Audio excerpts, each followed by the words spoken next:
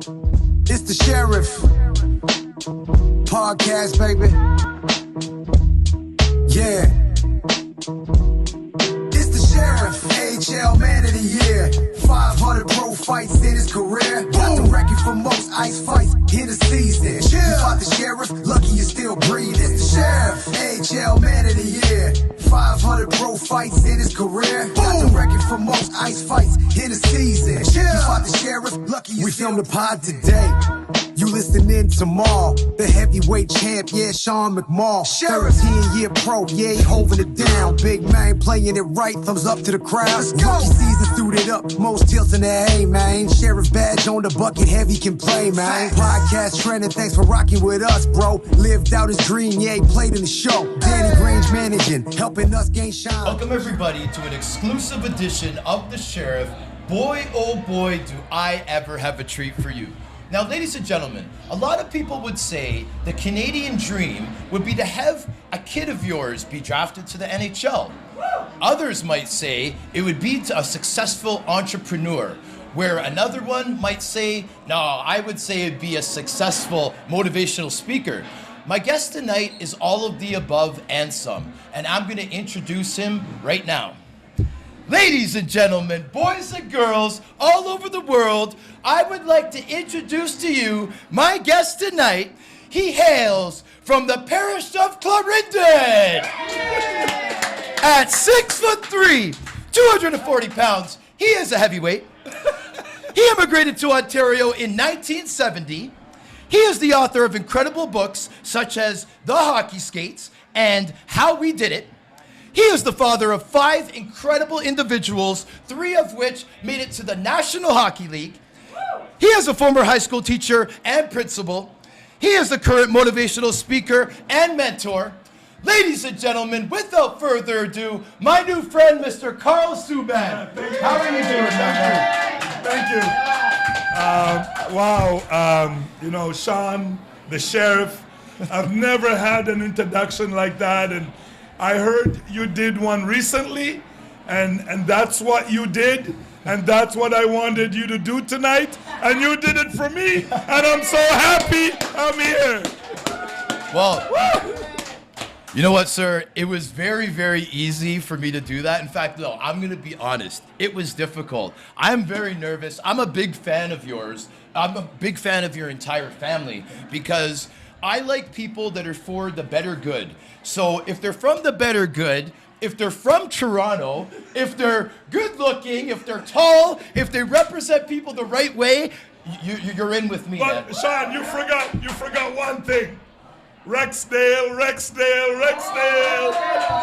Shout out to Rexdale. Hey, respect on that. You know what? I gotta respect that because I do rep Scarborough pretty hard. Yeah. You know what I mean? Yeah. I mention Scarborough quite a bit. So Yeah. the fact that someone is proud like how you are as I am with Scarborough, Yeah. I really appreciate that, Karl. Yeah, I'm proud of Rexdale. That's where my family lived, and we grew up there, and my kids attended school there, and to me, it's still my home anyway.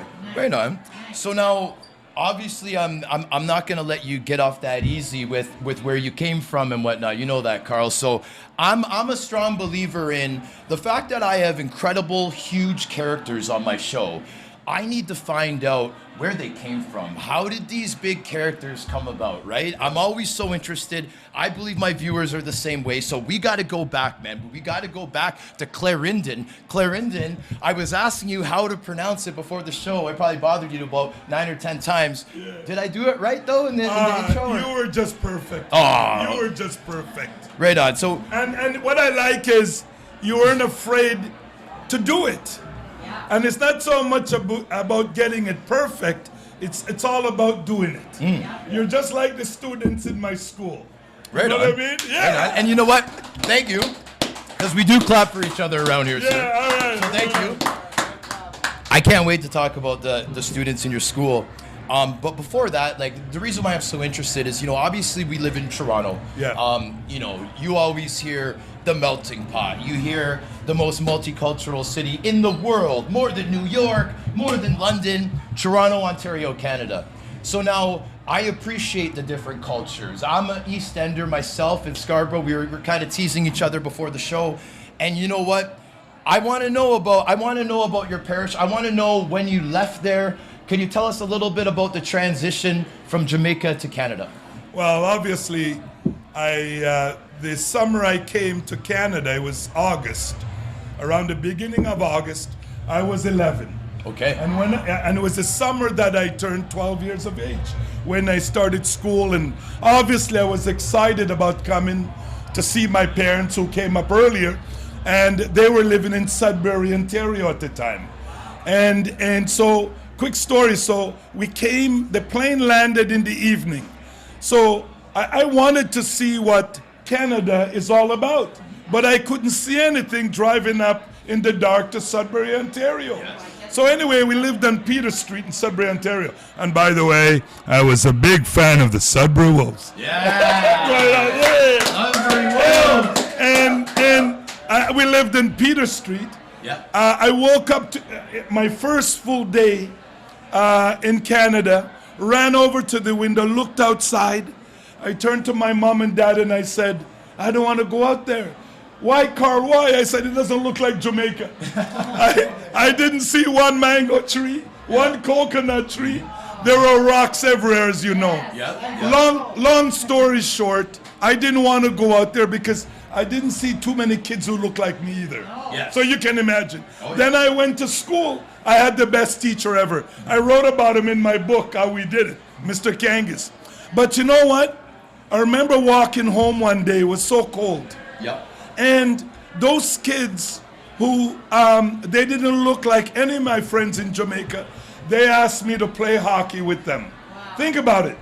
They could have been hurtful to me, but they made a decision to be helpful to me. And if you want to know about my transition, that is what made my transition from Jamaica to Canada, from cricket to hockey. I got it. So, I'm not gonna lie, I did do my research and I did read that on one of the sites that was one of the instances that you realized that you really did belong. And the way that I read it was that neighborhood people, I assume that they were kids similar to your age, invited you to play street hockey, and you participated. You actually did very well, and you felt accomplished that you were a part of the new neighborhood. So I think that's absolutely incredible. I was moved by it. I believe that that's what sports does. I believe that that's why startup, learn to skate programs, all that type of stuff, that's where the value lies, because it really does change people's lives, and to hear it right here in the person is pretty cool stuff. So thank you very much for sharing that. Thank you very much. So this is a different type of show, you know, like I'm standing beside the ultimate hockey dad, and I know you've heard that a few times, but I really do appreciate it. And one reason why I can say that is my own mother. My mother, Sheila McMorrow, that's here today. I met Sheila. You know, Sheila. Hats off to Sheila. Sheila McMorrow, you know, well, she had 4 kids in hockey, but she had 3 boys in AAA hockey. Wow. You had 3 boys in AAA hockey. Yeah. You had 3 boys in, and we're gonna break this down, so sorry if I'm one off. OHL hockey, you know, NHL hockey, AHL hockey. You did what I don't think, like, we're gonna have to look up the stat, Carl, but I don't believe that there's another father that has done what you've done. And I know the work it takes, especially at the age of AAA, in that, you know, it was MTHL, now GTHL, you know, and I can't wait to talk about some of that stuff. But I just want to, I want to tip, if I was wearing my hat, I'd tip my hat to you. I think it's incredible what you've done, the example that you've set, you know, seeing, you know, your sons, those 3 players in all those arenas over all those years, how they're spread out throughout age groups, and you're showing what could be possible. And no, you don't see a lot of people like the Subbans that look like them. But do they belong? Yes. Are they good? Yeah, they were like the best on their teams. And that could be very motivating for a lot of people that are on the fence of, should we try this or not? And, you know, we're going to get into the program that you ran at Jane and Finch. We're going to get into all this stuff. You know, I'm proud of being a part of Seaside. That's also a beginner's program that my nephew Riley McMorrow was a part of this year. And we're going to get into all that. But it really comes down to these things, man. So I wanted to thank you because the representation of something positive is just as strong as people trying it out, because that's what gets the people there. Yeah. So thank you, bro. Thank you very much for that. Thank you. Woo!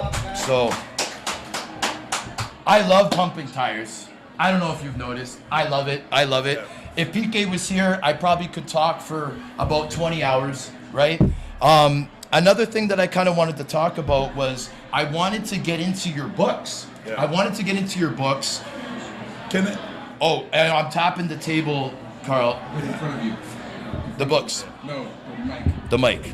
Yes. Can I say one thing? Absolutely. Sean? Yes, please. In terms of pumping my tires, what I want to say is when PK played his first game in the NHL, Yes. the Montreal Canadiens, Sean. Yes. His first game. Yes. He took off his jersey. Yes. He signed it. Okay. Yeah, I think he got it washed. I believe he signed it, framed it, Yes. and shipped it to George Burnett, his coach and GM of the Belleville Bulls. Really? Right? Wow. So I'm gonna say this, that you know, I would like to take all the credit, but I can't. And I know Maria too. She would say the same thing, because I will say this, that you know, PK wanted to do it, Malcolm wanted to do it, Jordan wanted to do it, and they needed a lot of help to do it. Yes. And I was only able to help them so much, but it does take a village, and there's so many people who jumped on board and helped them in positive ways. So I just want to say that. Yes. All Thank right. you for sharing that, brother. So, you know, I'm getting emotional because I love it. I love how positive it is, and I love everything about it. So now, let's get into something that's fun. It's exciting. It's these books. So I want to talk about the hockey skates first, because now, okay. So right here, this is the hockey skates right here. Okay, so the hockey skate right here. So now, I know the struggle. A lot of parents know the struggle. It's very difficult with the price of hockey equipment, hockey skates. Every family has their story. Yes. This book, which I can't wait to read, I've only heard what it's about, but I want to read it and have my own judgment. So I won't be able to explain it too much. That's for the author to do. Yeah. Well, thank you for that. It's funny you talk about the cost of hockey, which is a real challenge for so many Canadians, for so many families, for so many young people who want to play the sport. But here, PK is waiting for his brand new pair of skates. And I want everyone to know that PK, Malcolm, and Jordan started out wearing used skates from Play the Game. Absolutely. They don't know what it was like to start out using brand new equipment. I hear you. So this story is about waiting, because there's something about learning to wait for what you want. You know, it's an important thing that everyone has to go through in order to reach their maximum potential. So PK had to wait, and he had to work through all these disappointments, because each time the skate box came in the mail, there was something wrong. So it really, because, you know, I'm going to say, Sean, that you know, when you see PK as a hockey player, I'll speak about PK, but Malcolm and Jordan are there. I speak about them in the same breath. Yes. You see PK's skills, but one of the things that I think that helped him to go as far as he did was his ability to work through adversity. And some of it came out in the story about learning to wait.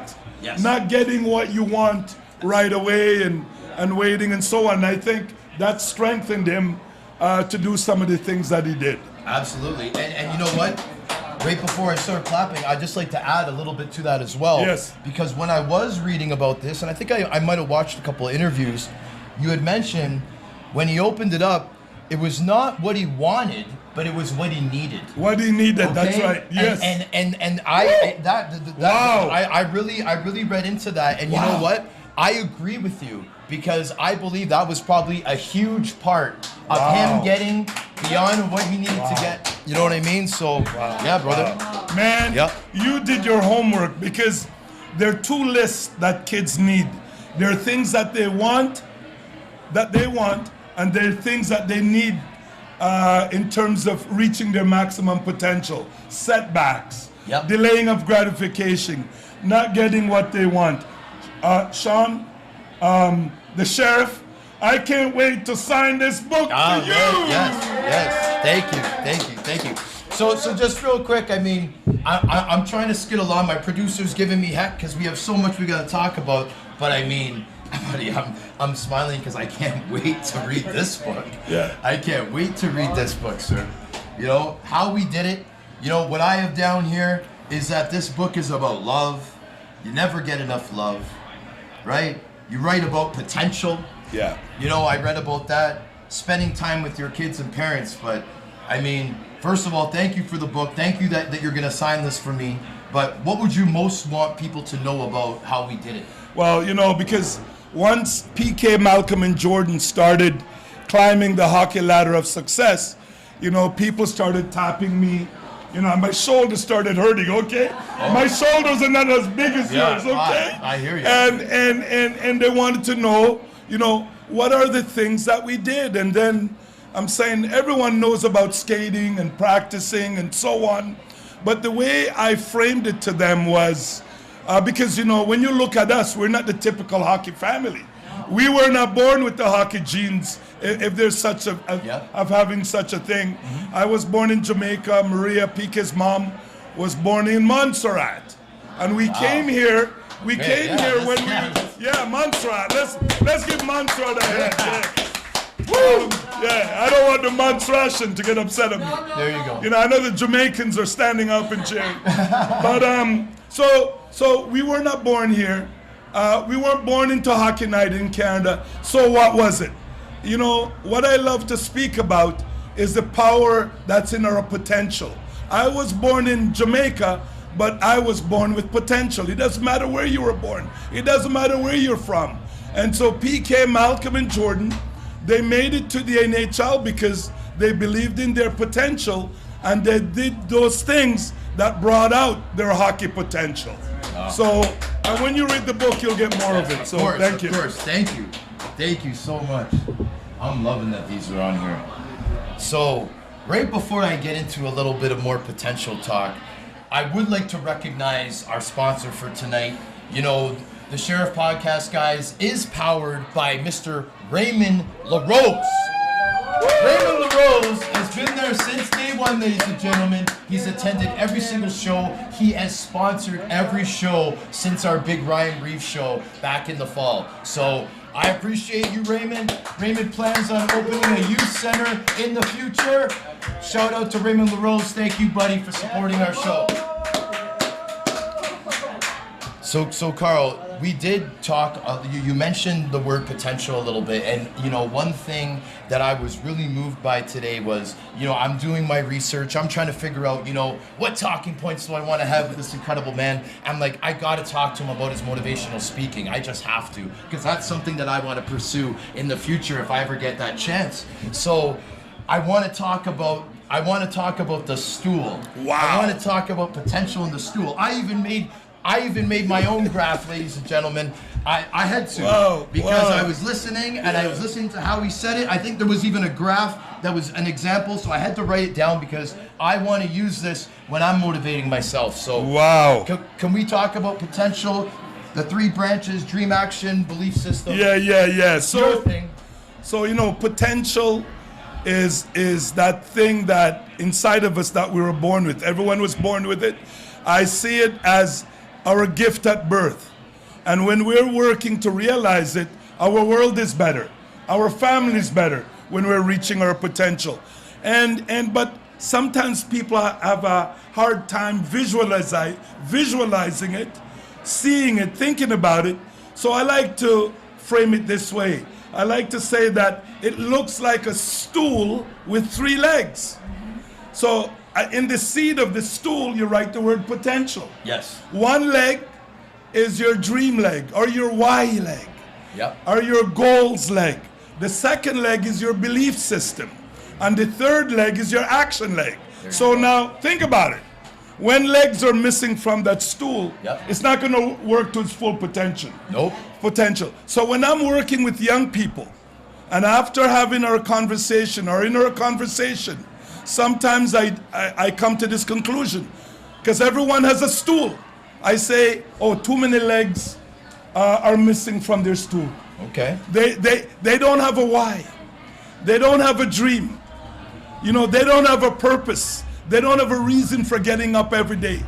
And then the belief system is like, so let me use this stool. Let me go back and use this stool to share PK's story. So the dream, like PK had a dream, right? And that's to play hockey in the NHL like you did, like so many Canadian youngsters today. And then the middle leg is a belief system. Without that belief in yourself, and without others believing in you, it's very difficult to reach that potential. So, but sometimes as you chase your dreams and goals, your belief system's gonna be tested. Yes. And I tell this story, I'll be quick.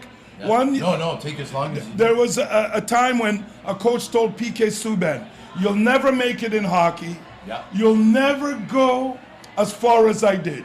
Okay. And I'll ask 1,000 students sitting in an auditorium, did the coach's words, Sheila, did the coach's behavior stop PK Subban from reaching his NHL dream?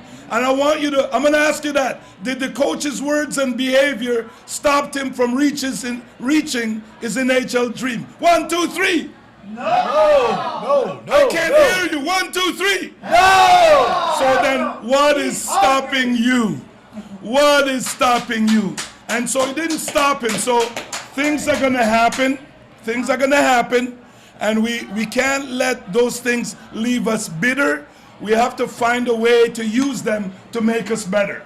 The third leg, PK had a dream. He had to make it actionable, right? How did he make it actionable? It's all in the book. Yeah. I framed it this way. Okay. The 4 T's. Okay. Making time, like you did, Sheila, didn't he? He made time to do your hockey task. The Yep. second T. The third T is training. Okay. Time, That's a big one. task, Yep. training. Yep. The fourth T, how important was it to be a good teammate? Oh, it was one of the most Right? important things. So I tell this Yeah. story, when the Montreal Canadiens were drafting PK, Yeah. they went to Quinty Secondary and they interviewed his teachers. They want to know if he was teachable. Okay. Then they went to Yardman Arena, interviewed George Burnett and his coaching staff. They wanted to know if he was coachable. Yep. Then they interviewed his teammates and classmates. They wanted to know if he was likable. So in order to reach your potential, you got to have dreams and goals. You got to continue to strengthen that belief in yourself, all right? And sometimes when they don't have sufficient belief in themselves, you want them to borrow some from you if they need some. And then you make it actionable. Man, All right? I love this so much. I love this so I'm much. giving you some good stuff. Yes, absolutely, absolutely. I'm very grateful for you to be saying this on the platform. I'm very grateful. So, you know what? There's so many things, Karl, but I'm just at this point. I'm just gonna kind of pick and choose because I know that you're so dynamic right now that, like, and I'm gonna ask it this way. Have you come out of retirement, and has it been more than once that you've done this? Well, I'm not sure if I know what retirement is, but I stopped working at TDSB. Let me put it this way, that my life has been about, having dreams and trying to work to fulfill them, and so once the teaching career, being a principal of a school was over, I started being an author. Yes. And now I'm a speaker. So because it's just really transitioning from one job to another job. It's like I know what I'm going to write in the books for you. I'm going to congratulate you for your move from the ice to behind the mic. I appreciate that. From the ice to the mic. That's going to be that's the same transition. Yes. No. From the ice to the mic. That's it. And I appreciate that. And you know what? I got to tell the viewers and audience one thing that we were talking about, because we were talking a lot before the show. And then I did say, hey, we got to save this for the show, right? Yeah. But the one thing I do want to mention was, and it is a shout out to PK as well, but yes, okay, but hold on. Let me explain why. Like, and PK's your oldest son, correct, Karl? Yeah, not my oldest child, but your oldest son. Yeah. Your oldest son. Yes, Yeah. you have 5 beautiful children. Yes, 2 daughters, Yes. Nastasia, Natasha, Yes, say their PK, names. Malcolm, and Yes, Jordan. yes. And sometimes I'll see Malcolm and I'll say Jordan. He says, Yeah. Dad, Yeah. I'm Malcolm. I'm Oh, not don't Jordan." worry. I heard my mom do that a lot with us because we yeah, have 4 in my family. Parenting is not easy. It's a lot of work. No, it's not. But okay, so I know that big characters are not just made overnight. Big characters are formed through the years, developed. PK is the most entertaining, dynamic, incredible thing that is on television right now for hockey. He is helping our sport so much reach other areas that we would not be if it wasn't for PK. I'm looking at my feed, I'm seeing PK with Stephen A. Smith, which is the biggest thing in sports in the US. Stephen A. and PK, I'm like, I don't think people understand how big that is for hockey. I don't think that you understand. People here understand. Like hockey people, let's give credit where credit's due. Mr. PK Subban is bringing our sport to other demographics, especially in the United States. I have to say it out loud. Thank you, PK. All right. Absolutely. Absolutely. No brainer. I'm proud to say it. It's incredible. It's incredible. Yeah. So saying that, thank you for creating this incredible character. And I know that he takes a lot from his father. Well, his mom too, but And his mother. I'm gonna say this, and I love saying it because my kids make me look a lot better than I really am. I know Maria and I want to speak for her, but we've done a lot of good things, and there's some things if we had to do them over, we would do them differently. But our children they've really taken the opportunities that they've been given, and they've made the best of it. Absolutely, and that's incredible. That's incredible. God bless everybody. Couple more things I want to get in because they're so important. I know I'm way off with my timeline. I might be jumping back, but I want to talk about a program that you started for hockey in the Jane and Finch area. Do you think you could quickly just say like the year that started, what you did real quick, because the viewers and listeners need to know these type of stories. Yeah, it started around World Juniors. The students at Brookview Middle School in Jane Finch. Brookview, okay. Brookview Middle School. I worked there for approximately 7 years. They're asking me about hockey all the time. So one day, as a principal, I went on the mic and I made an announcement. If you'd like to play hockey or learn how to play hockey, please come down to the office. I think the entire school came down. You know Okay, so hold on. Let me get this straight. No, okay, so yes. Let me get this straight. So Brookview is a middle school. Middle So school. what grades is that, Karl? Grades 6, 7, and 8. Okay, so grades 6, 7, and 8. So we're talking 11, 12, and 13 years Yes, old. basically, yeah. All right, so you made the announcement. A lot of people came down. So now this is during the World Juniors. So this is around right before the Christmas break. Yeah, I remember Ottawa. I remember I was in Ottawa one time, and I remember that I think it was CBC who went to the school. Okay. And they interviewed one of our students, and I remember seeing it on TV, and it was like, wow, even though the hockey was so far away from them, Yep. it was already doing something for them. Absolutely. You know what I mean? Oh, yeah. And anyway, they all came down. We started a program called Heroes Hockey Program. It came out of Vancouver, and we would walk over to York University sometimes in the bus. But the highlight of it, one day we had hockey day at Brookview, and we were at the main rink at Canland Ice Sports at York University. Wow. And we had over 500 kids in the stands. Wow. And the majority of them looked like me. Yes. And we were there Breaking barriers. just making noise and having Oh. fun. And what just year was living this? that What year was experience. this? This would have been. I retired. we're going back. I retired there 2012, 2013 from TDSB. Okay. I'm saying it's around between 2010 Okay. until I Yeah. retired around that time.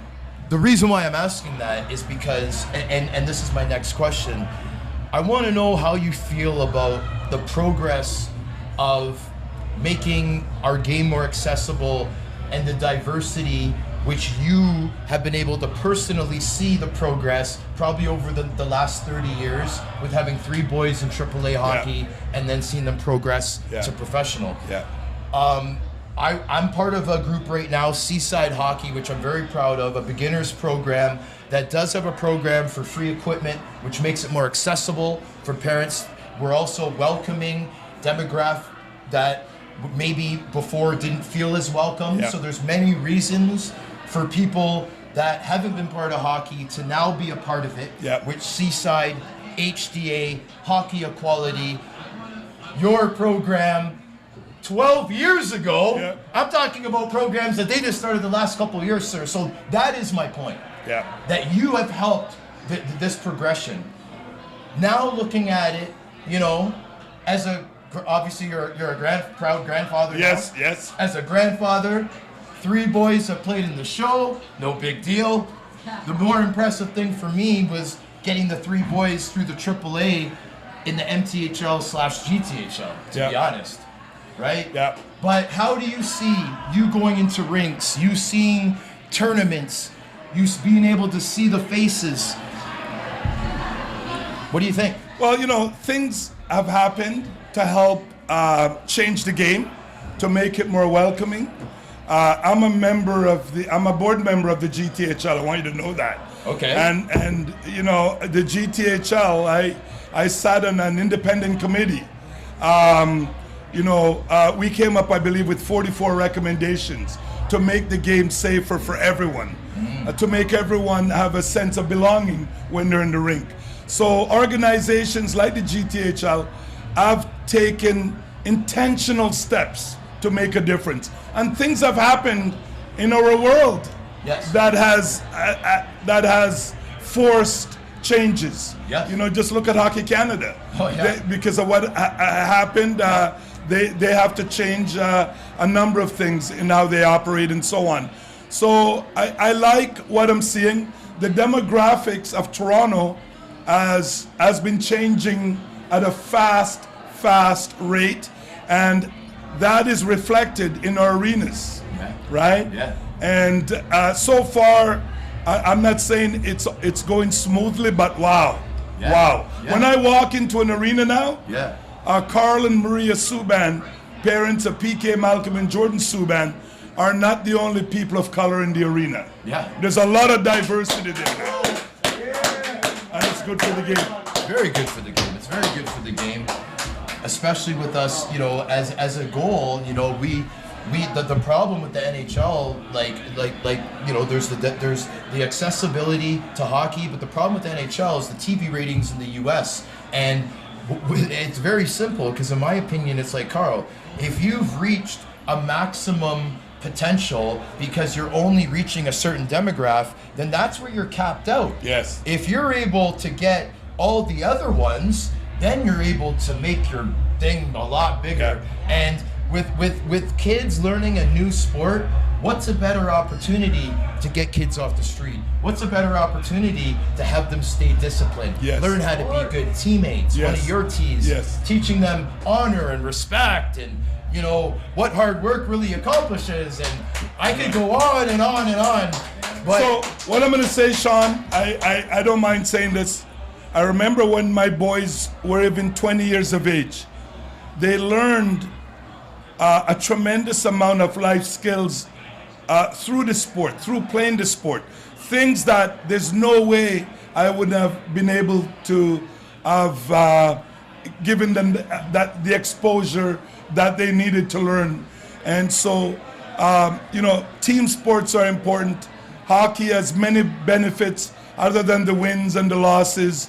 It helps our children to become better citizens, and it really strengthens them to reach their maximum potential in life. So, absolutely. Yeah. Thank you very much. I would take that journey again. I would do it all over again.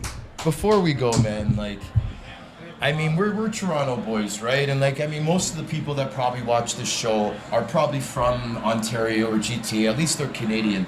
So, you know, they've crossed paths with PK or Malcolm or Jordan or somebody. But listen, I need to talk about a couple things. I need to talk about your oldest son's shot. That famous PK Subban shot, where you knew that if he's in the slot on his offside, it's almost like Ovechkin. Yeah. And sometimes for the upper part of the net, it's probably better than Ovechkin. Yeah. Let's talk about the shot. Did you help him get that shot? Well, you know, I've never taken a shot for him. Yes. Okay, I've never taken a shot for him, but I've taken him to places where he could practice his shooting. Yes. And so he wasn't born with a hockey stick in his hand or with a hard shot. We practice daily. You know, the work you do daily will take care of the outcomes for you down the road. So we practice in the basement. We would practice regularly. Yes. We wouldn't miss a day of shooting pucks. Yeah. Yes. You know, so that's what we did. Okay, so here's another one. So PK, I just explained like how dynamic and how explosive his personality is.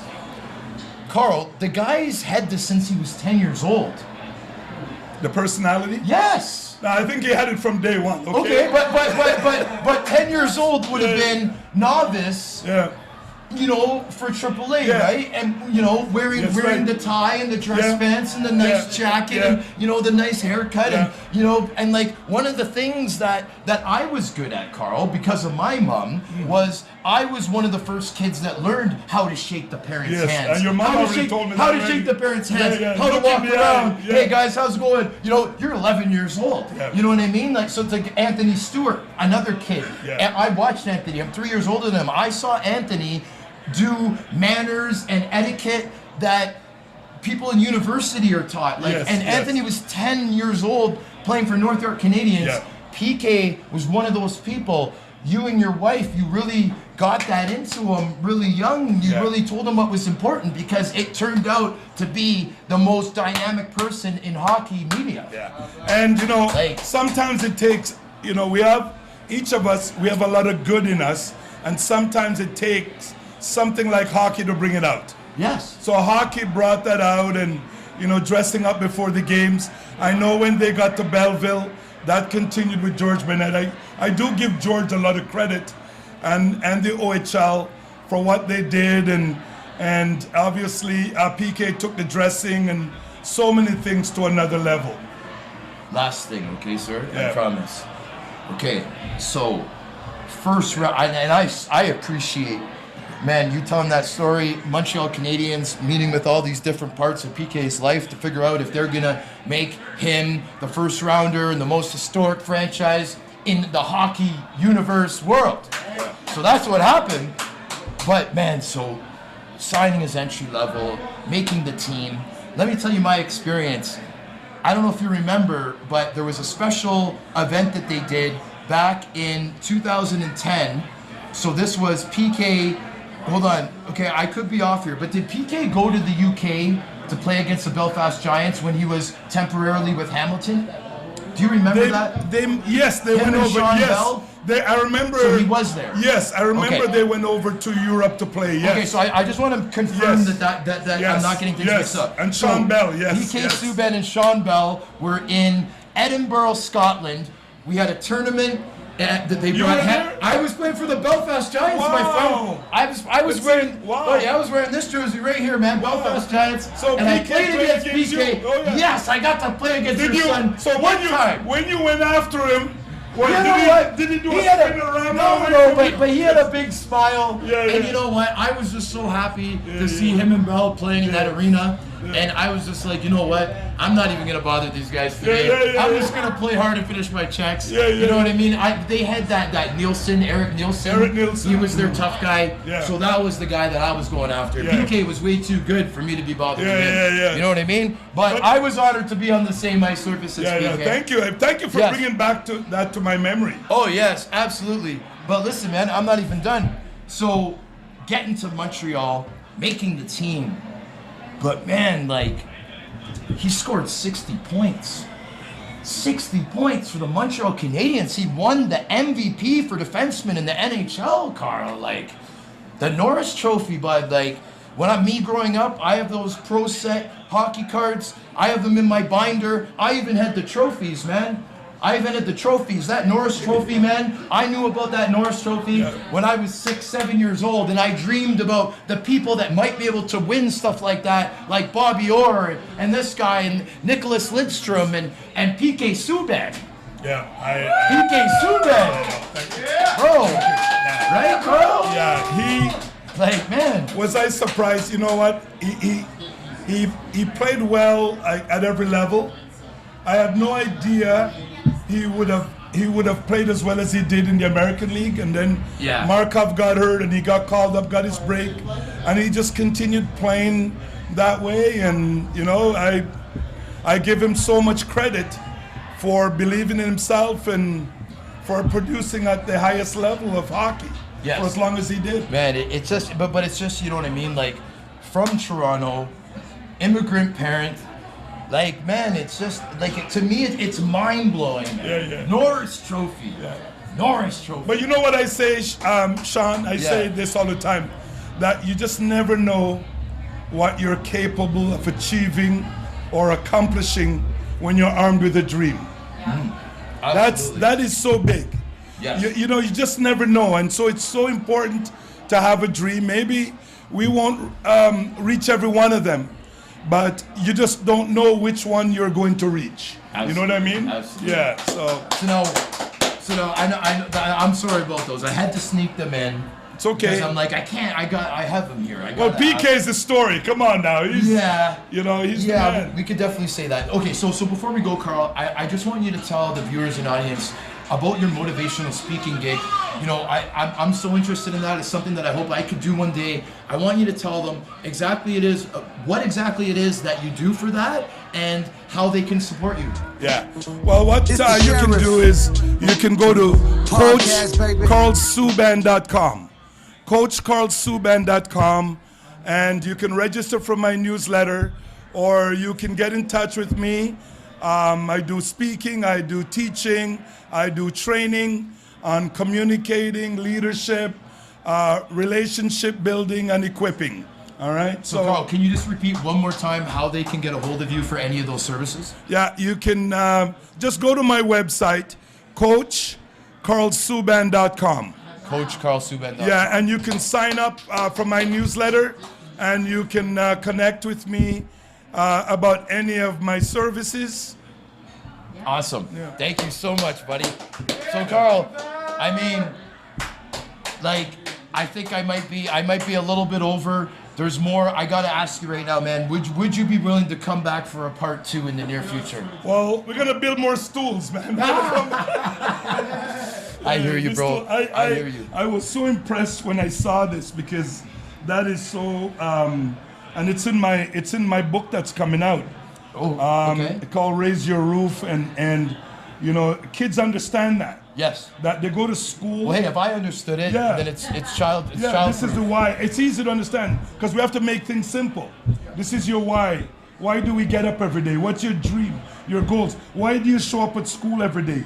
Your belief system. You got to continue strengthening it, but you only can strengthen it not by me telling you. It's by you doing things, right? And then the doing, you connect it to the 4 T's. You know, man. Those are tools that will get you through life very successfully and strong. And I appreciate all the advice you gave today. I learned a lot from this episode.